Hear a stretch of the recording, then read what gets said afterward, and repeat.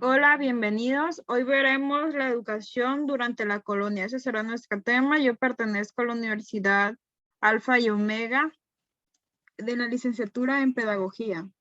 Mi materia de hoy será Historia de la Educación en México. La educación durante la colonia. Época colonial. Desde la caída de México en Tenochtitlán, se fundó la Nueva España. En ese momento, pues fue necesario organizar las tierras que recién habían conquistado, por lo que los españoles introdujeron cambios a nivel social, político y religioso. La época colonial duró casi 300 años. Empezó en 1521, como lo decía, en la caída de Tenochtitlán. Abarcó lo que era el siglo XVI, XVII y XVIII y termina en 1810 con la consumación de la independencia de México.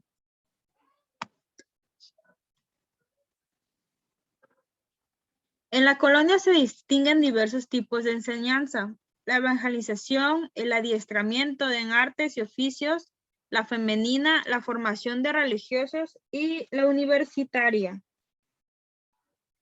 Las actividades educativas en ese momento eran asumidas por diversas órdenes religiosas. Una de estas eran los jesuitas, que a partir de la segunda mitad del siglo XVI llegarían a ejercer una gran influencia intelectual en su sociedad novohispana.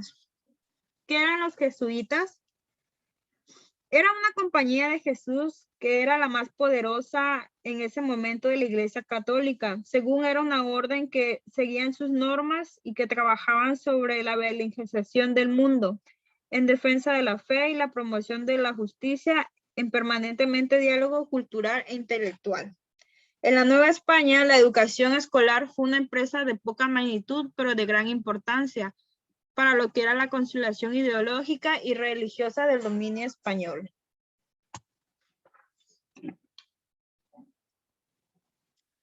La iniciación, la única preocupación, yo creo que por la evangelización y la formación intelectual de los indios fue pues desplazada por la atención casi exclusiva hacia los criollos y más que nada pues a su gente, ¿no? La educación para los indígenas fue perdiendo importancia y se les excluyó de los niveles educativos superiores.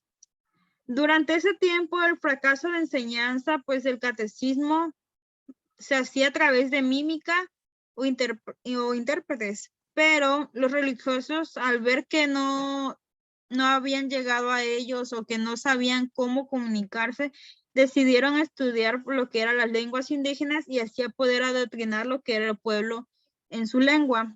Las instituciones de esa época, pues casi fueron muy escasas para las que eran las mujeres y crecieron poco durante la colonia.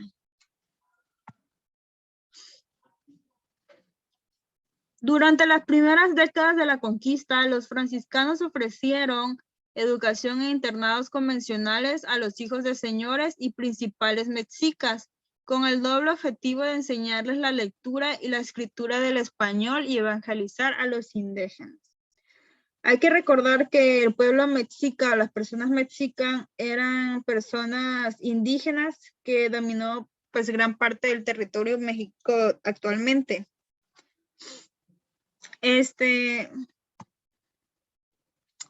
En la Constitución de Apatzingán de 1814, que pues nunca entró en vigor, las insurgentes establecieron que las instrucciones eran necesarias para todos los ciudadanos y que debía ser favorecida por la sociedad con todo su poder.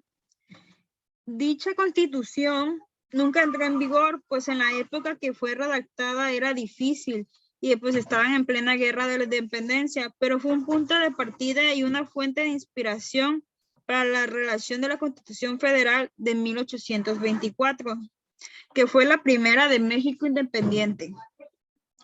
¿Cómo surge? El origen de esta Constitución de Paizán surge del movimiento de insurgentes de 1810, en esa necesidad de darle un poco de sentido y orden a la lucha que se desarrollaba para lograr la independencia de lo que era la Nueva España.